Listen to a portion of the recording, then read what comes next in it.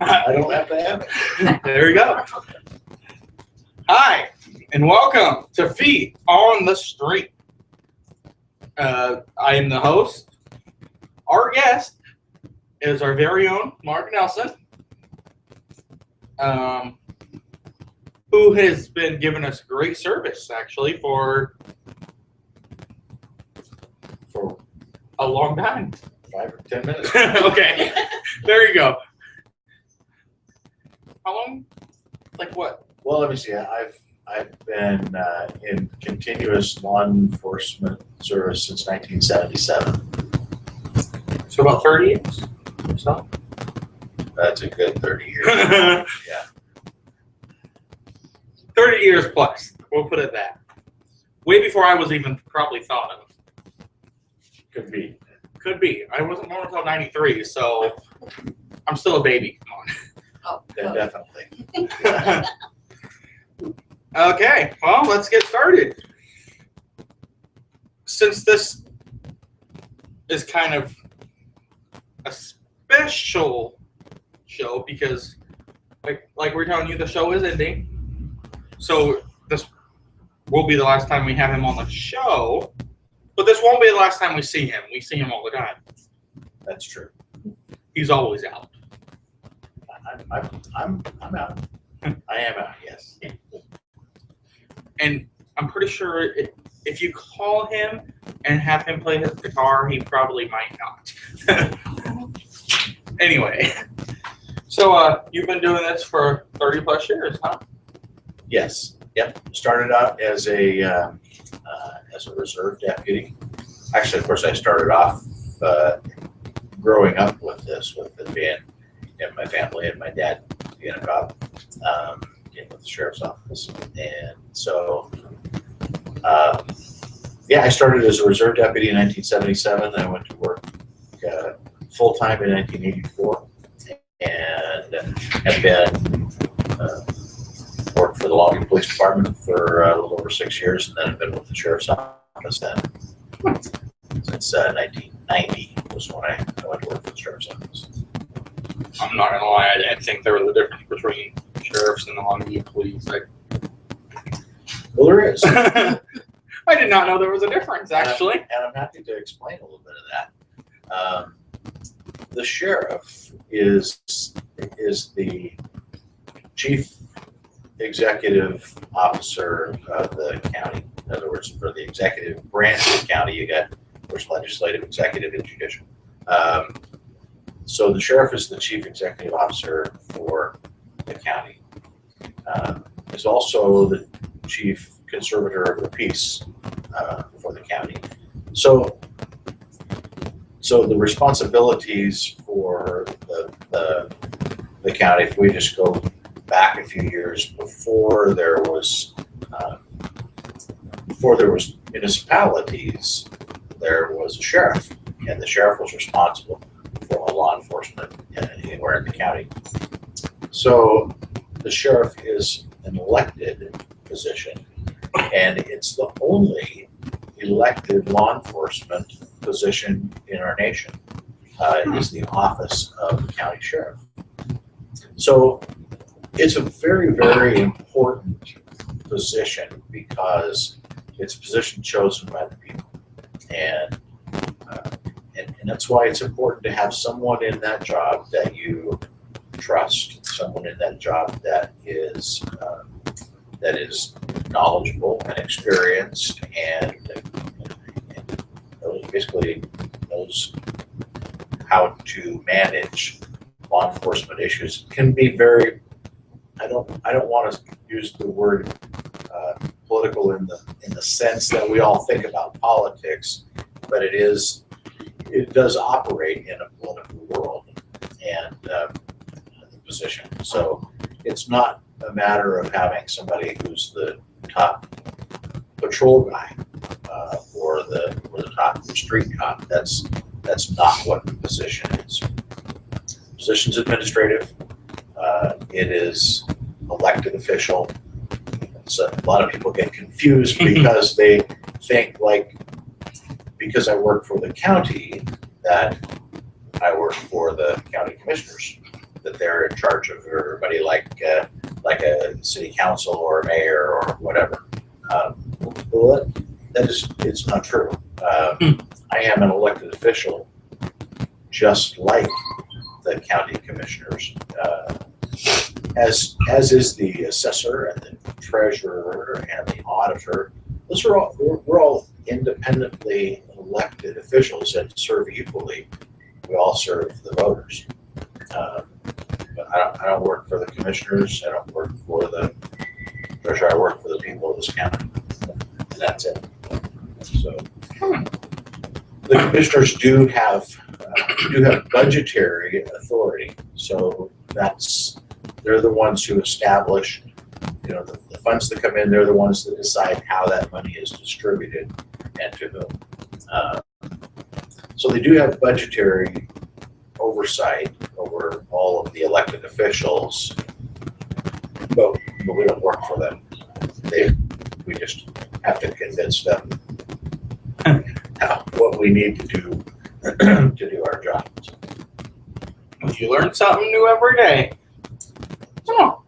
That's the difference. So municipalities were initially started as pretty much code enforcement officers. So they didn't do criminal and they didn't investigate crimes. All they did were enforce the city codes, parking, loud noise, those kinds of things is what city police would do.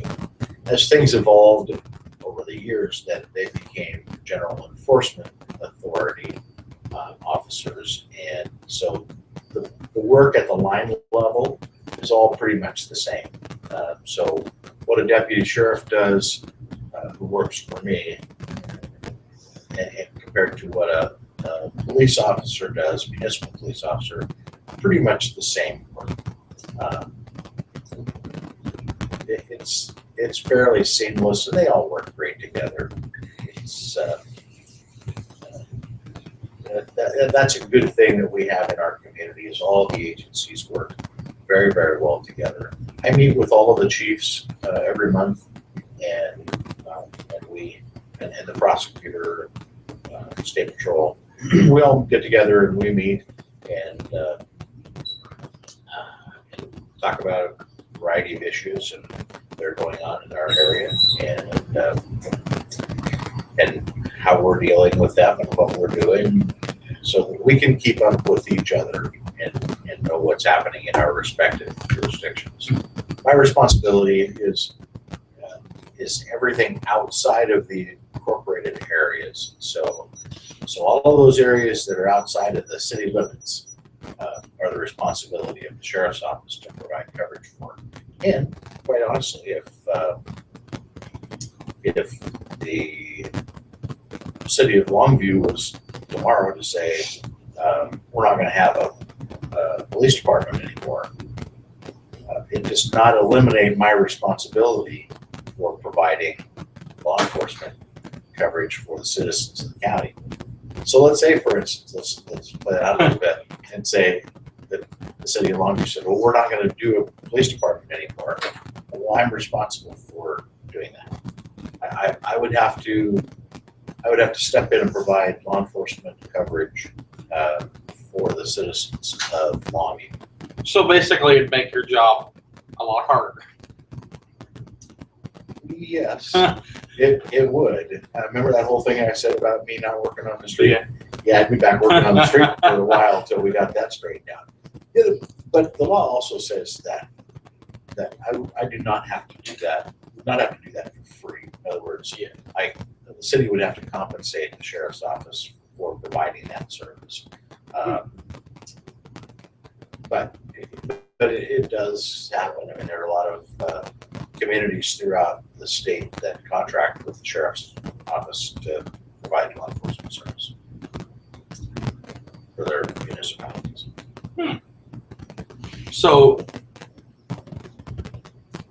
what kind of made you steer towards being an officer? I mean, other than it was in your family, was there something about it you liked, or?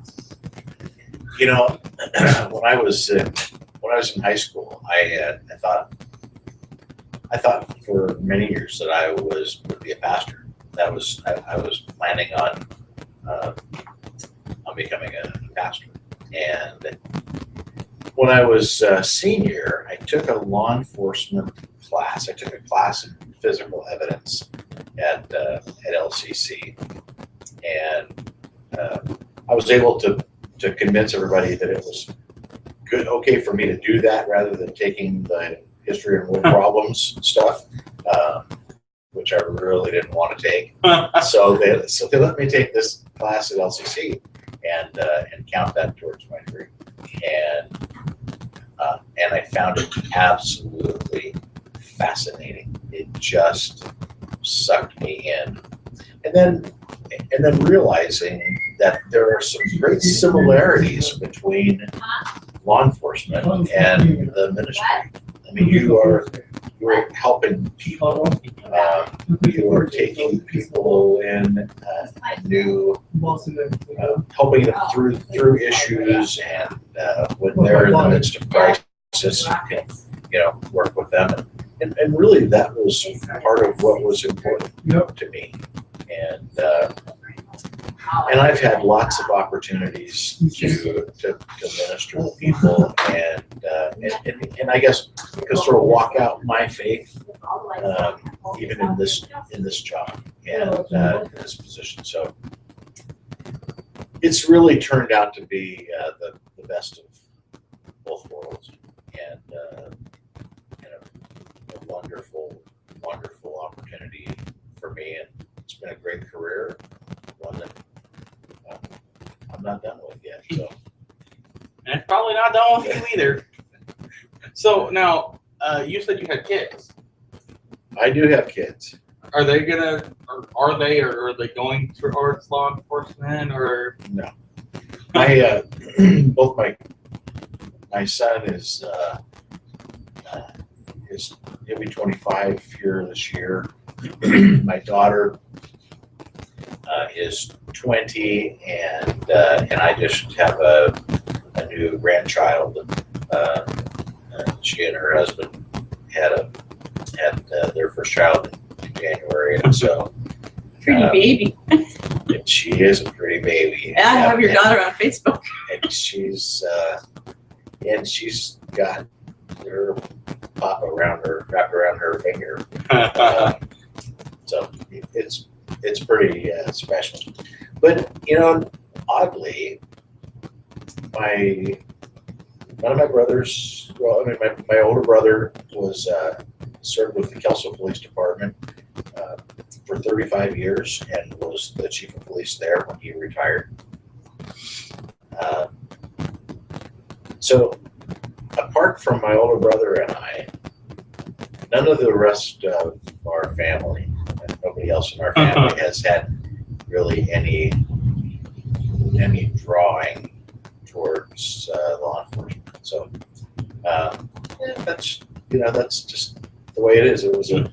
It's been a long season. I mean, heck, we've since 1950, so we've got 65 years of law enforcement, continuous law enforcement in this county, and then when you add up all of our years of service, we're well over 100 years of service combined service for all of us. So, yeah, it is quite a.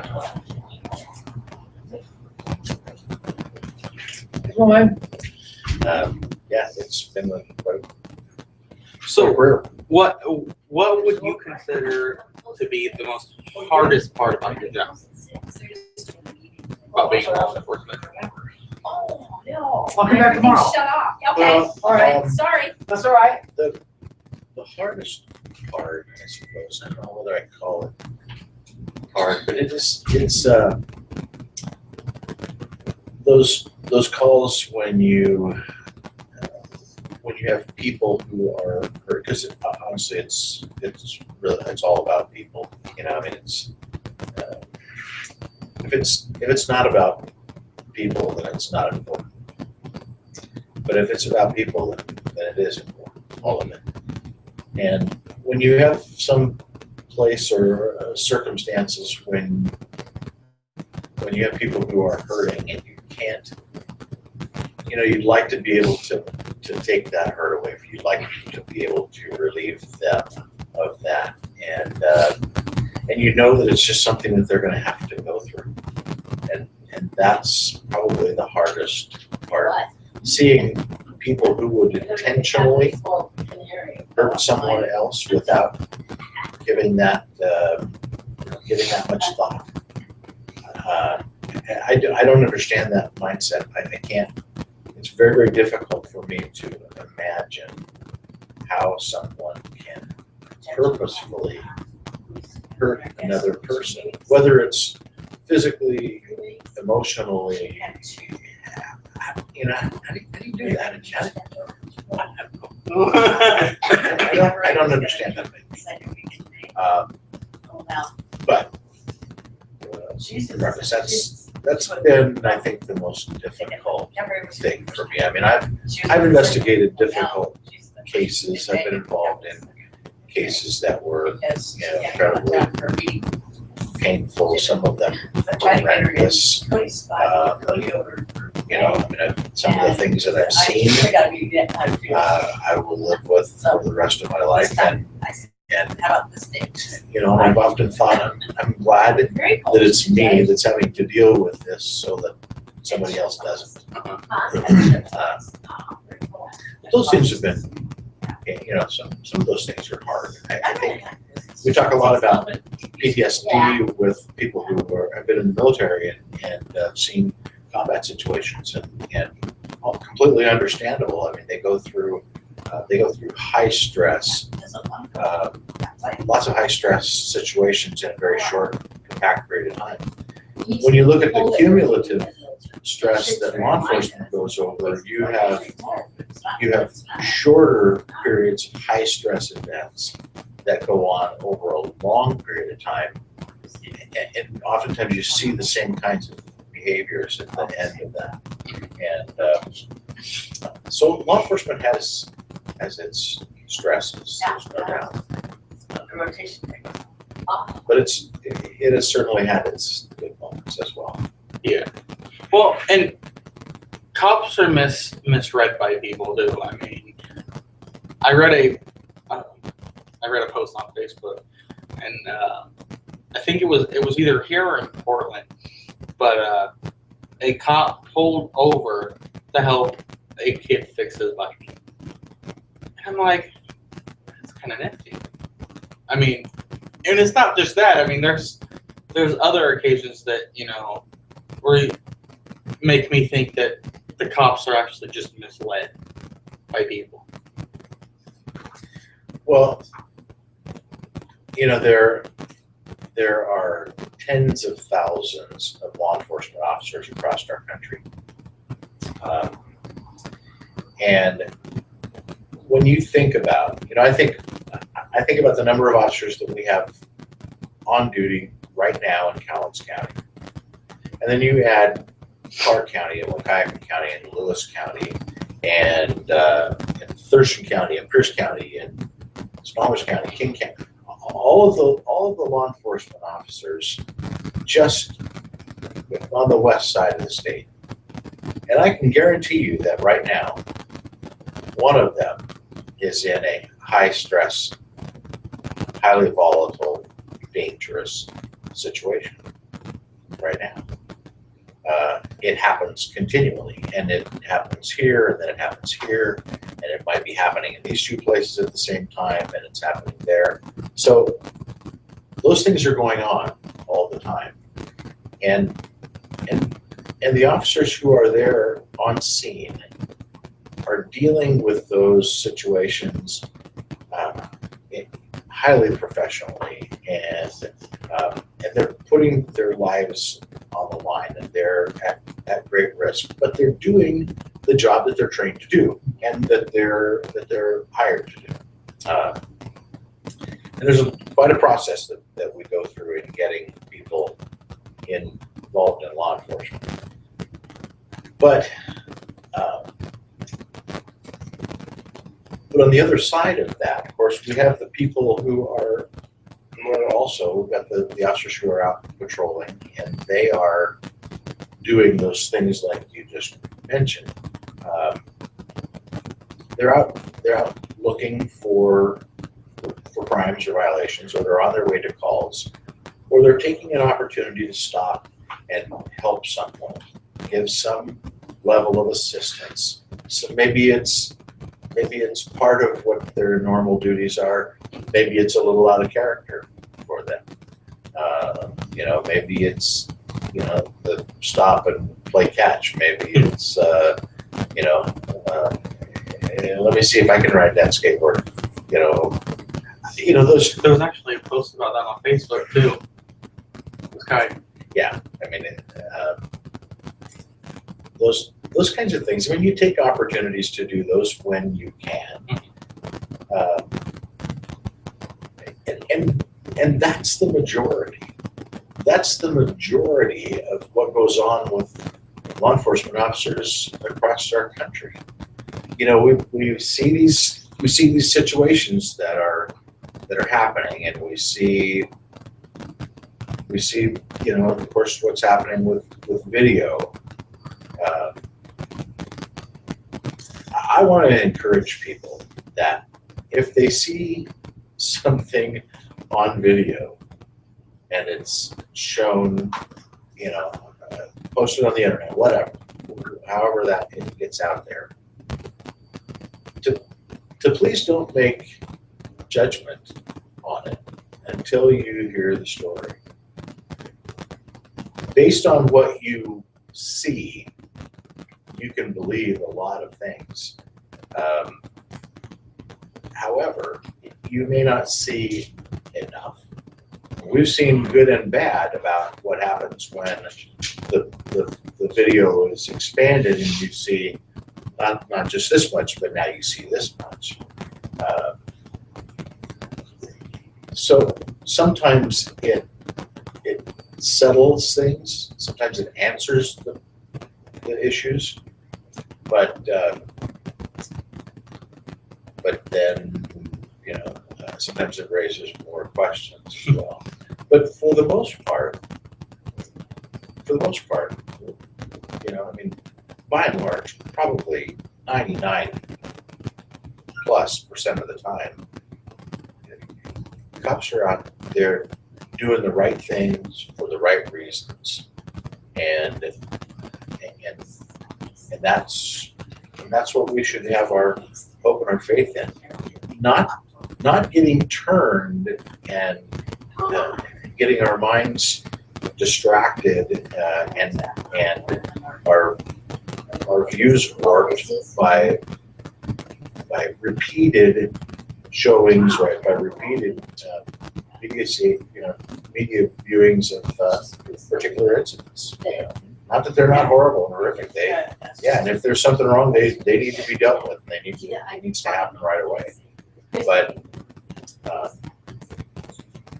I just want people to remember that, you know, the officer who is viewed in this shooting,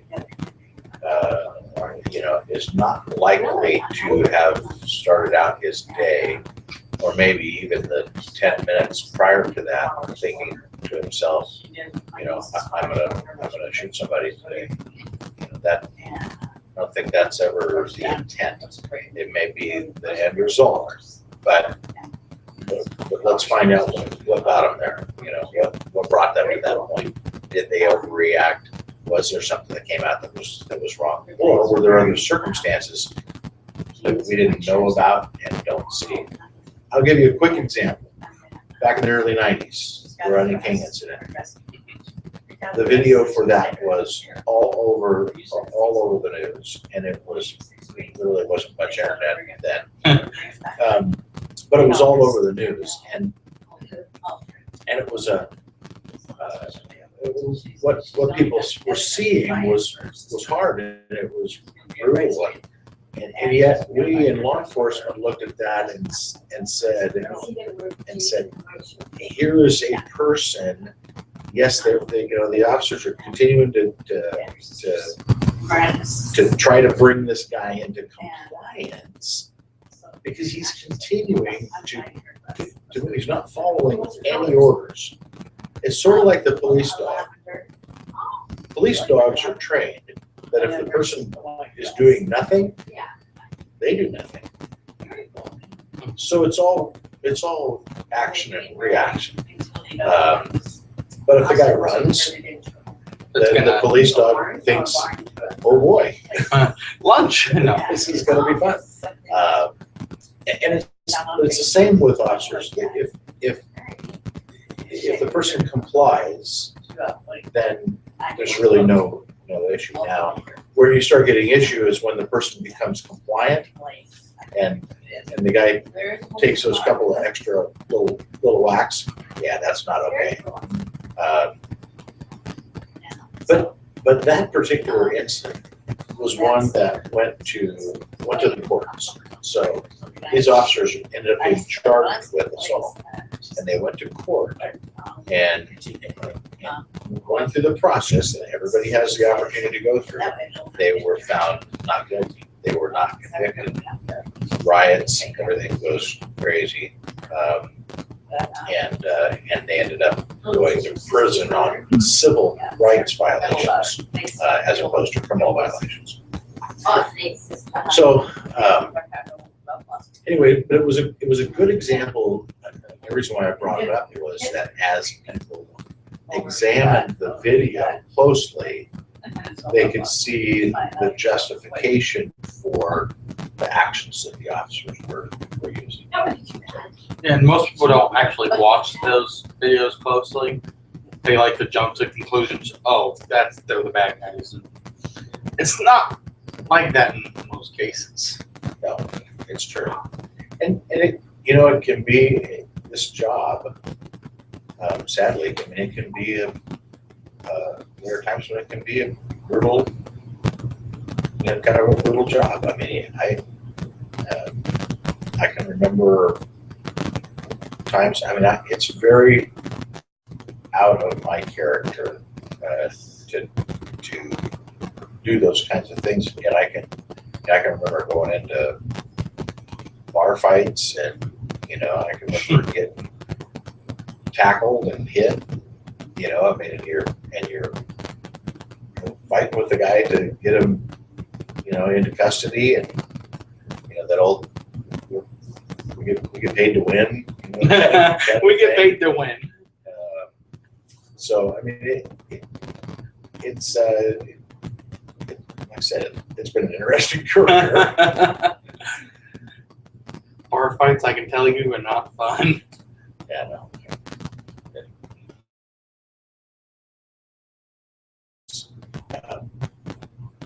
In uniform.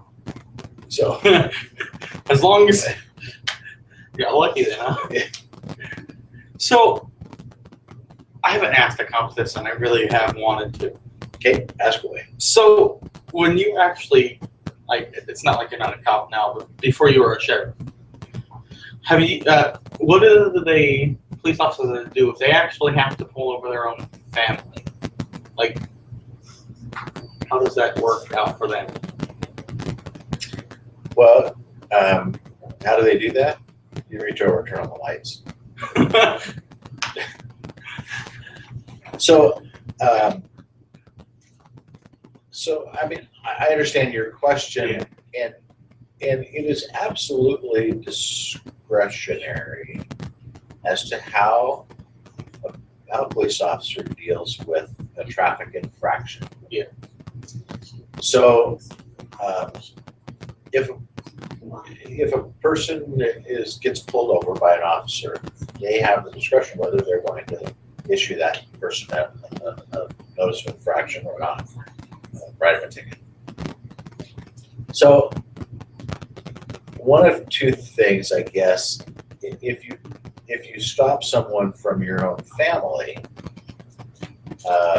then you can either say something that you might say to your brother or sister, aunt, cousin, mother,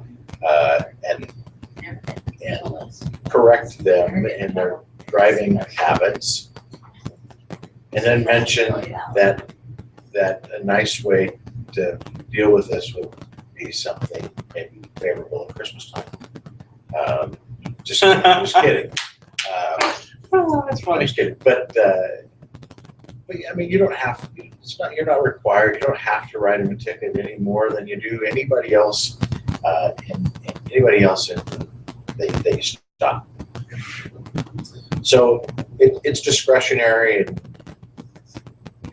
I remember when I was first testing to be a police officer, I got played through this scenario, and well, what would you do if you saw somebody, they're here on vacation and they drive through town and they're speeding, and you stop them? What are you gonna do? Well, I'm gonna write them a ticket. Okay.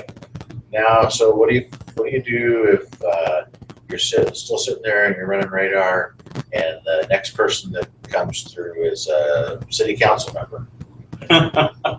Well, I guess I'll write him a ticket. And then what if it's the mayor? Well, I don't know that I'd write the mayor a ticket because he had to know better. Oh, you're going to write the city council member, but you're not going to write the mayor. Well, what if it's your mother? What if it's the chief of police? What if it's the, and of course, and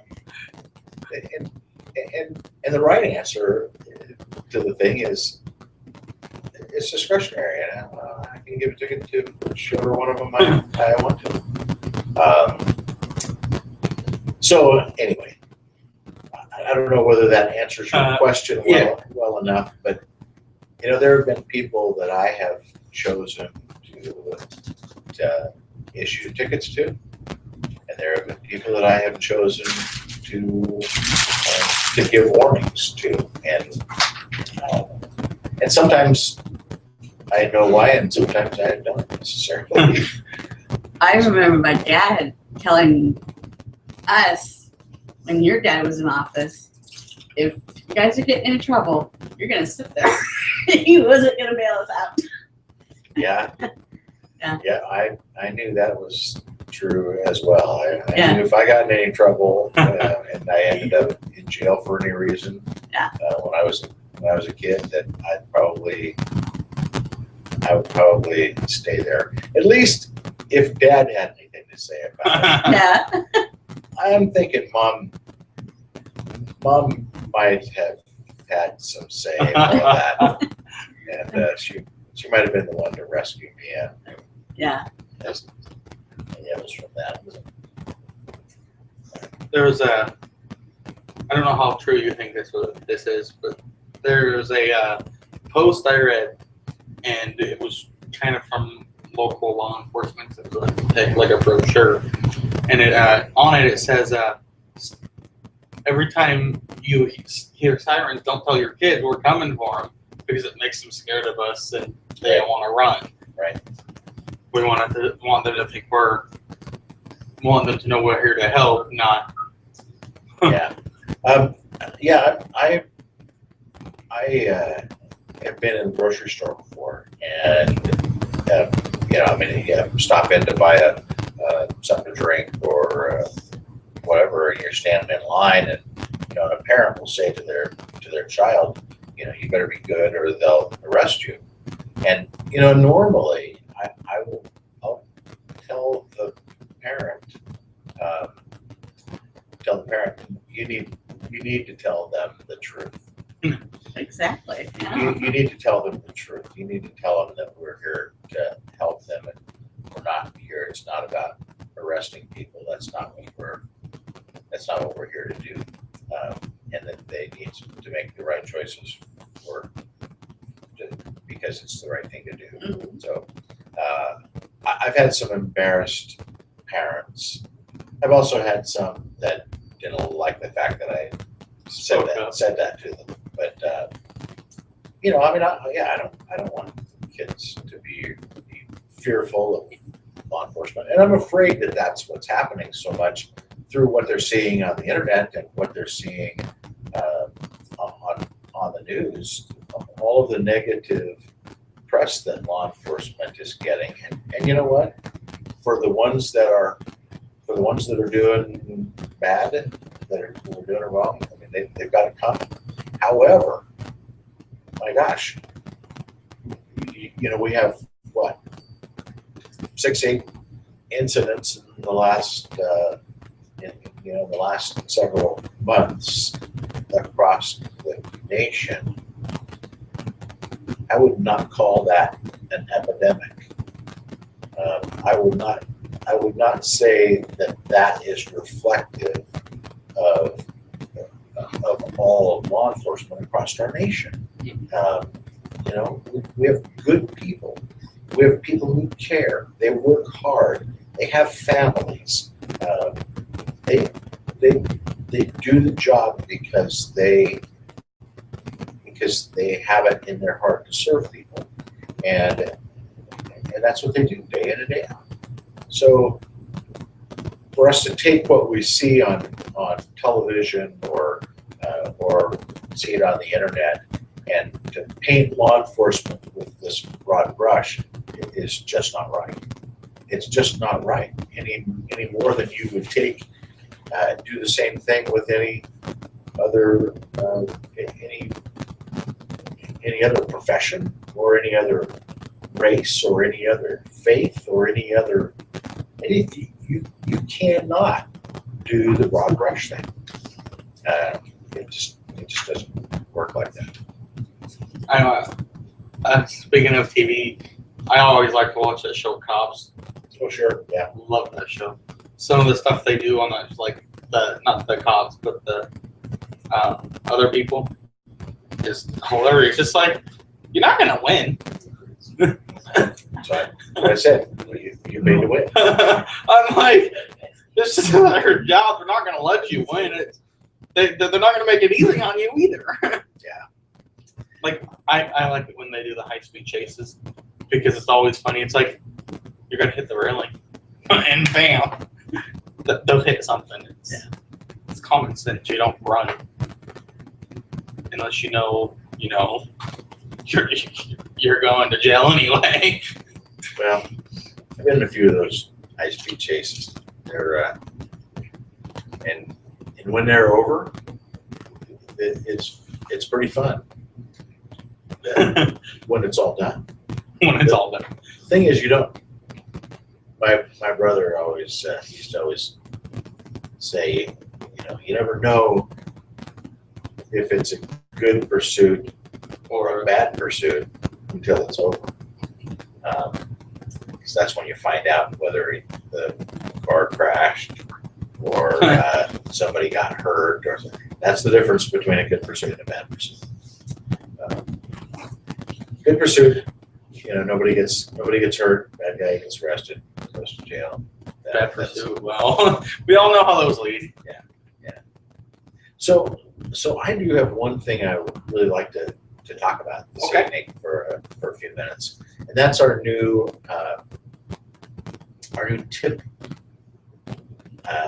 app, Anonymous Tips.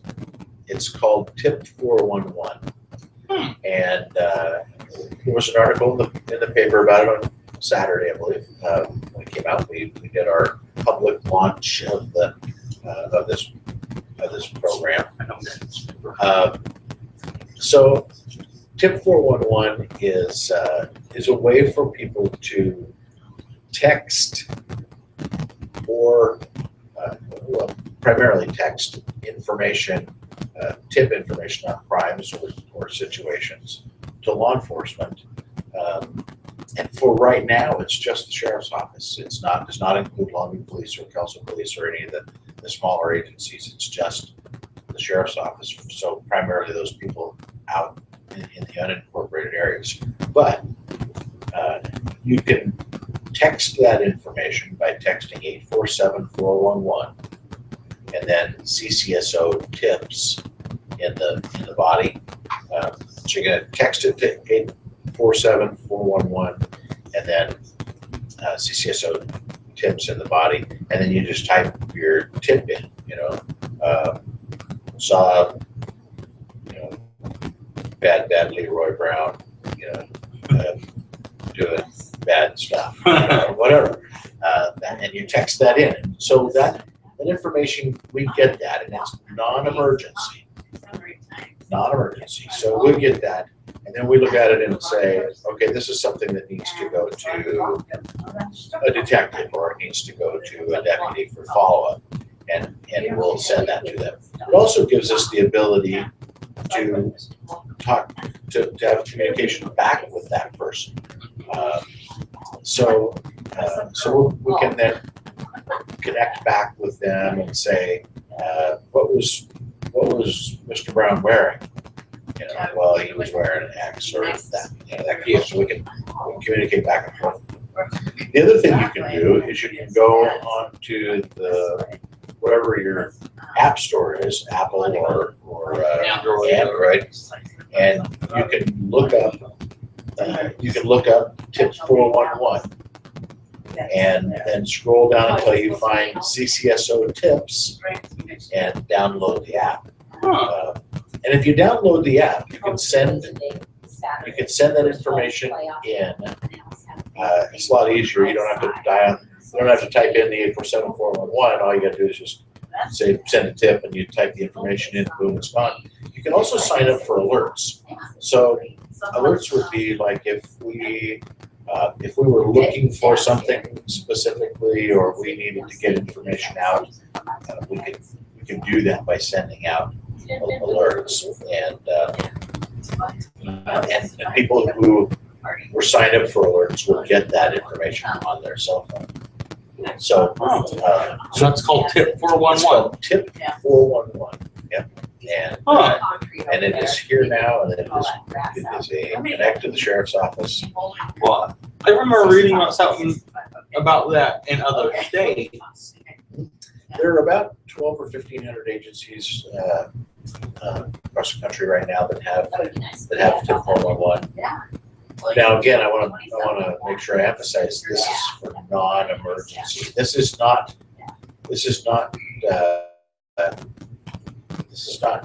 text to 911. That will be coming. That's down the road. That will be implemented. So there will come a time when you can text in to 911. But TIP 411 is non-emergency. In fact, it could be a couple of days before anybody will get that tip. So kind of like, I don't know if you consider this an emergency or not, but high speed, like drivers or something like that. So if you think that a driver may be intoxicated, that's emergent. That's an emergency situation. Well, yeah. Call 911. Yeah. But if it's somebody just driving fast, unless you think that, unless it's like really reckless, really crazy, then it's a judgment call. And you're gonna have to decide. I think if this person doesn't stop, then it's, kill somebody.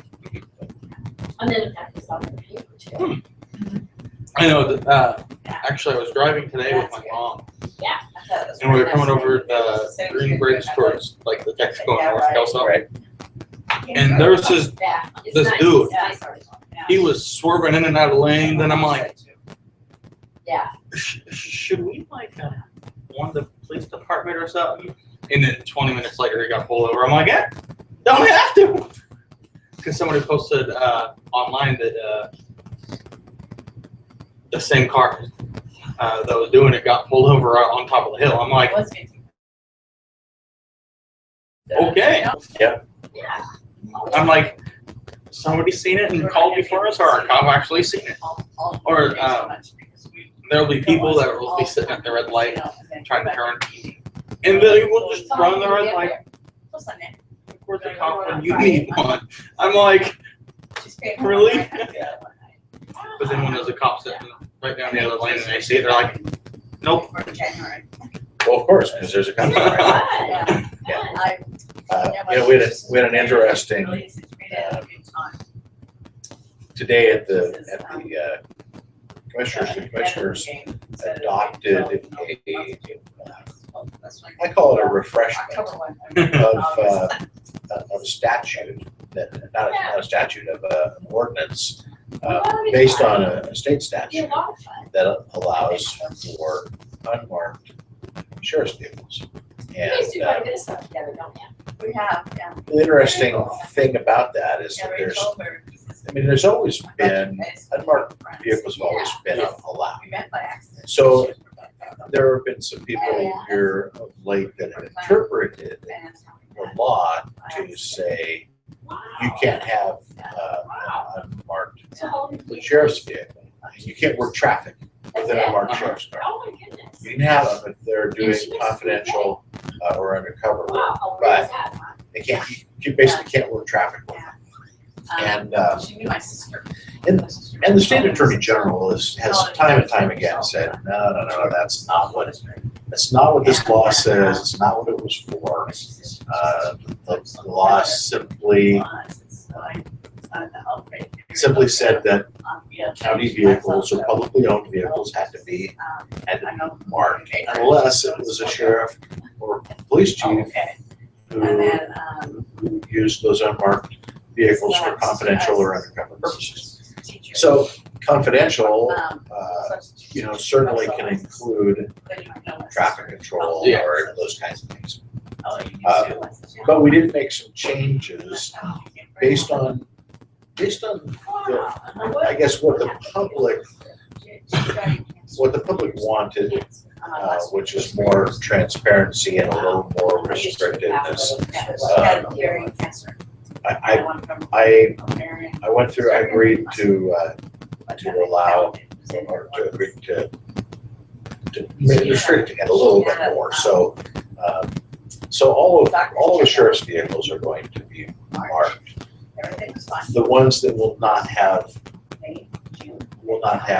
stars or stripes on the sides are all equipped with emergency lights and sirens.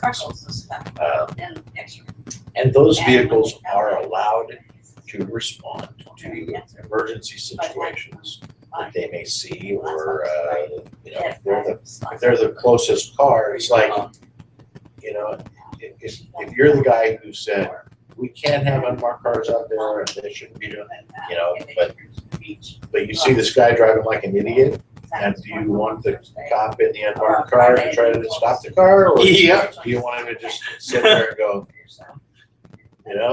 sorry, it's got no stripes on this car. I can't. You don't need stripes. You're a cop. Go get the guy. So anyway, that we did make some changes in that ordinance today. I recommended its adoption to the board of commissioners, and they did choose to adopt those changes. So I think that's a good thing, and it's a good way to address the issues that a certain faction of the community has regarding traffic and how it's enforced. And the nice thing is as well is that we left, there's also a portion of it that's discretionary. I mean, if I feel like I have a need for an unmarked vehicle to work traffic in an area because of a specific issue, I can do that. Yeah. So that does allow for that. So. So if you were, not saying you are, but if you were to retire tomorrow, what's one thing you would bring with you in a memory? Radiation, and Oh my gosh. Or what's one thing you would miss about law enforcement, should I say? I would miss the opportunity, and the thing that I enjoy so much right now about the job that I have as the sheriff is the ability to have some influence on so many different things, and to be involved in so many different things. And I'm talking about things like county policies. I'm talking about things like We're just getting started again with a youth suicide prevention program. That is, that we're just starting to spool up here again. And be part of that and to be part of some of the laws that are taking place in the state. I mean, I had an opportunity last week to go to Olympia and speak on the Capitol steps regarding the need for fiscal sustainability for the counties.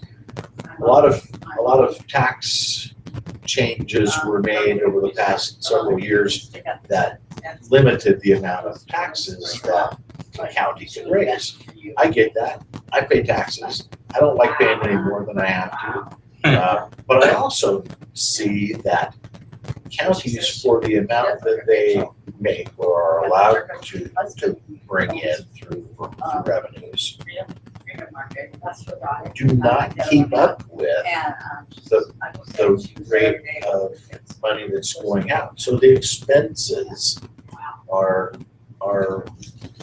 much greater than the revenues coming in. Well, it doesn't take a mathematician to figure out that if you spend more than you make, well, at some point you're done. And it's an issue that counties are facing all across our country, across our state, that they're just not able to have enough revenue. And I know that there are people who say, well, they shouldn't be spending money on this, or they shouldn't be spending money on that. We shouldn't have a museum. We shouldn't have a Hofstad Center and all of those things. But the fact is that some of those have very specific dollars that the county can't use. What we're really talking about, the monies that we're really talking about, are the general fund dollars, the dollars that come in through property tax and sales taxes that go into the general fund to fund the sheriff's office of corrections and the courts and the auditor, the treasurer, and the assessor, coroner, all of those basic functions of county government. Anyway, so we went up and talked to the legislature about fiscal sustainability. And an example, real quickly, and I realize we're kind of running out of time here, but is the last, since my father was a sheriff in 1976, between then and now, there is, he had 38 commissioned deputies then. I have 40 today. So I have 2 more deputies than we had in 1976. County's grown a little bit since 1976. The calls, the types of calls, the numbers of citizens, it's all of that. So something has to change. Something has to happen differently. But I have great faith in the ability for us to at some point things will improve and we'll be able to come back up to where we should be, where we need to be. So anyway, you asked me about memories.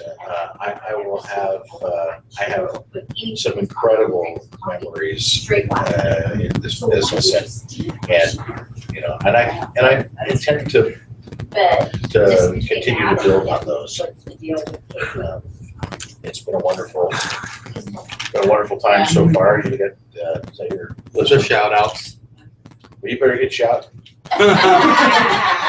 Yodelay, yodelay, yodelay. No. Oh, wrong kind of shout. So again, before we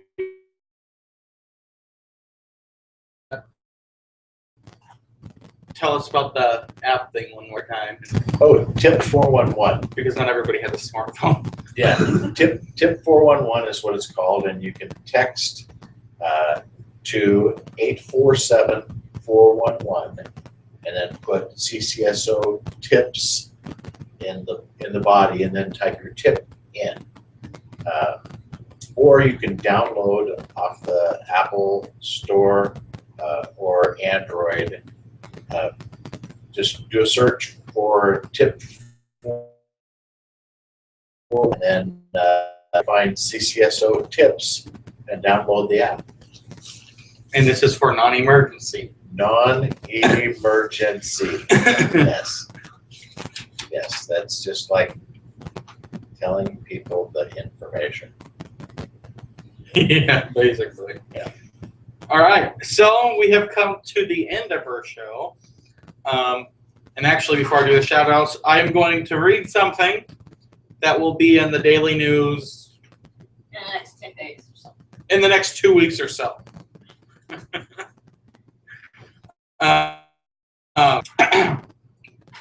Feed on the Street ending after over 6-year run. Feed on the Street, which has been and is a show about people at the ending as of May 26th, 2015. KLTV gave birth and opportunity to celebrate the many great people and things which exist in our region.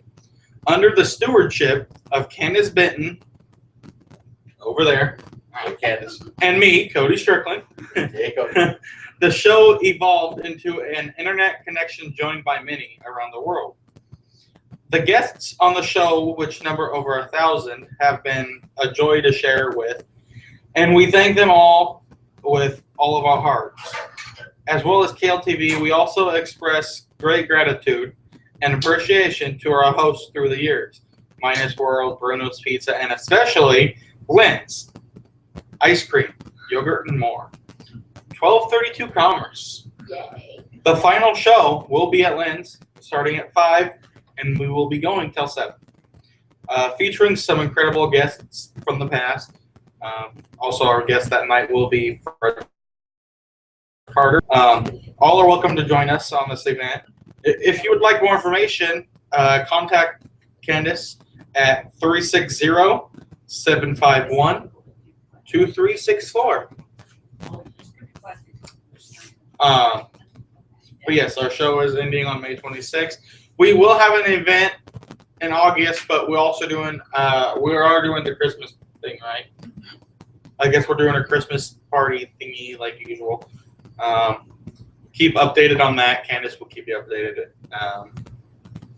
Next week's guest is Cody. Colin over here. Cody Wells, the 7-foot man. Man. I don't know if I can call him a man. He's a giant. He lives up on a beanstalk. You gotta go to the 1,000-acre woods. And our host is, as far as I know, John Randall. So hopefully. So shout outs. Donna from Randall, Ray from Longview, Dane from Germany, Ann from Longview, Rachel from Escondido, Elisa from Kelso, Aaron from Vader, Michael from North Dakota. You wrote it. I just can't talk right now. From North Dakota. Renee from New Hampshire, Connie from Cleveland, Connie from Winlock, Debbie from Vancouver, Christine from Longview, Darcy from Longview, Gail from Peachester, Australia, Vitalis from Kenya, Martha from Tacoma, Susan from England, Jamal from Africa, Stephen from Portland, Rich from Seattle, TJ from the Midwest, Lynn from British Columbia, Mark from Pittsburgh, Amelia from Longview, Black Dog Cat from the UK, Paul from Seattle, Karina from Seattle, Carol from Longview, Avery from Longview, and Jack Ruby from Greenville, Ohio.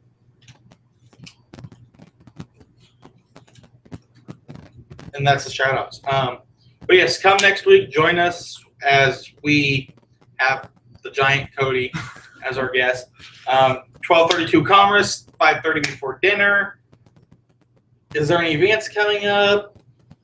Not that I know of. Okay, no events coming up. Well, I guess last weekend they had Johnny Cash's son and the one gentleman from Nitty Gritty Dirt Band in town at the Columbia Theater.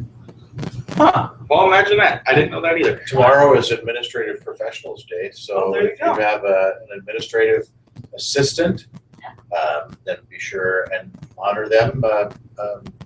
Bring them to Lynn's for lunch. There you There go. you go. Yeah. Oh, and before we end, I have a question for everybody. And if you would like to answer, please message me on Facebook or message Candace, and she'll get the answer to me. Okay, the Lewis and Clark Bridge is called the Lewis and Clark Bridge, but all of us call it the Rainier Bridge when we go into Rainier. So if the Rainier people coming along, do they call it the Longview Bridge?